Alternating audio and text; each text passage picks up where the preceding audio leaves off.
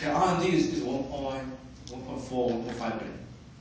So my division, I have 1.3 billion R&D budget. For quite a bit while, we kind of think, I have bigger R&D budget than that. Apple, how come Apple is this potent? So it depends on the nature of the product, because Apple really has a full product. You have phone, you have pod, you have pad, you have Mac, and it's highly developed because the operating system software they share, the hardware design. There's a lot of learning, I would say. Maybe I don't have a good answer to your question. I would say my simple answer would be it depends on the. I think the likelihood would be depend on the product. If a product requires a lot of connections to local language, local content, local culture, you are better off to be done in those markets inside China. But if a product is highly global in nature, you may not necessarily need to do that. But you may have specific questions. Maybe I can chat with you offline. My own experience so far is for product requires you to have a good understanding of the local language, local content. Once you need to understand local language, understand local culture, it's very hard to do right if you have done everything in the United States. It's just very, very difficult. Hi, so my question is, unlike 10, 20 years ago when most of the Chinese companies like Tencent or NetEase for that matter, playing a passive-aggressive role in China, defending like attacks from Microsoft or Google coming to China. Nowadays, they are not satisfied with, say, 75% of the market share in search market or ad service. Not only did their quality of search or ads impressions are better than what Microsoft or Google does in China, they're actually expanding their companies here. Like I just heard that Baidu is trying to set up a research center here in Cupertino. And a lot of my coworkers, they're actually jumping ship from Microsoft or Google, now to Facebook, now to Twitter. They're actually considering going to Baidu. What do you think about how do we act as a US company to prevent this reverse brain drain? That's a great question, but my answer is why you want to prevent it, because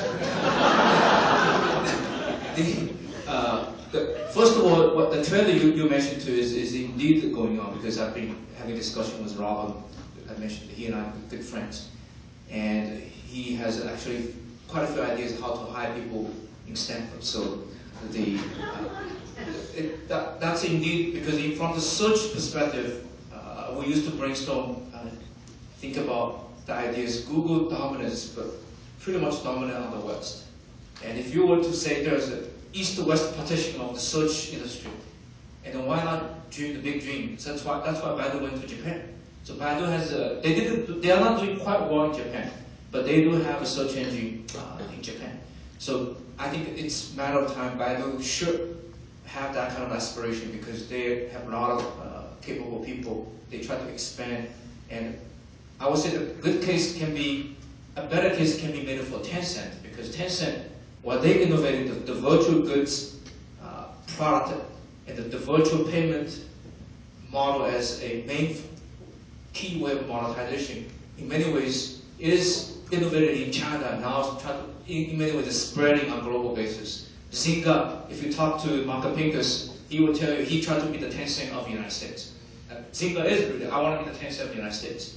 So there's increasingly Alibaba has a similar aspirations. If I would say one thing, when you think about policy, legal design, the internet, consumer internet of China, the industry structure is not healthy, because the big ones are too strong. They don't have the Facebook, the Twitter, the next wave, have the possibility to break over. So the overall industry structure is not vibrant enough for policymakers, decision makers to think about how to design policies, investment laws, so that there's more challenges for those incumbents. But the spread of Chinese company moving to the United States and hiring top-notch people to work for them, I think we're just seeing the beginning. It's not, in my view, it's not a bad thing, because the world is increasingly a global economy, and we want Chinese firms to do very, very well, because they will create jobs here, and they will build products that meets our consumer demand and make people's life easier. last slide is very interesting to me, the one that started with ideation and incubation and it progressed to the word sustainability. So kind of a lofty question. Sustainability is a very interesting word in so many countries, very different definitions, perspectives. How do you see sustainability? What are your definitions? What is most important to you about that word? Yeah. Oh, this is a fantastic question. So I have one narrow definition on this picture, but I think your question may be referring to a broader one. I've been having discussion with my colleagues. So the narrow definition of sustain on that chart is once your product scales, you have differentiations, you charge premium, your typical product goes through this. The natural law of each business category is competition comes in and adoption cycle goes through, become commoditized. Usually you put that product in sustain mode. Essentially it governs your R&D innovation to be in a different profiles. And then you end of life. Typical end of life takes quite a few years to end of life. But I think what you're referring to is corporate sustainability. That to me is a larger topic. I think it's a deep topic. When you as CEO, you run a company, do you run the company in a way that drive, enable, expand its maximum sustainability for the longevity, your maximum seeking growth? Because Apple growing this big is a really good thing? Or bad thing? Who knows it? Nobody knows it. Because when you grow that fast, you crash faster. So if you read the recent Jim Collins books, if you have the choice of running 20 miles a day versus someday you can run 50, and given choice, you're better off always run 20 miles a day versus someday you run 50, someday you run 5, someday you don't run at all. So Apple, even with a boom run that big, now you just can't sustain. The crash is bound to happen, right? So it's not meant to disrespectfully. It's meant as a common patterns.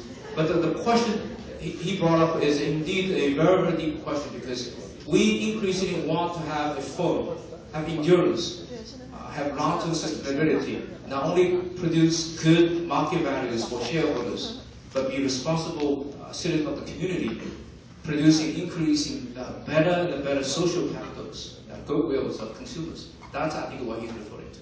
Yes. I have a question about technology and innovation. Some well-known Chinese technology company like Ribbon, Weibo, or I think a few other things, they all very much share the same model like Facebook or Twitter and serve a specific Chinese consumer market.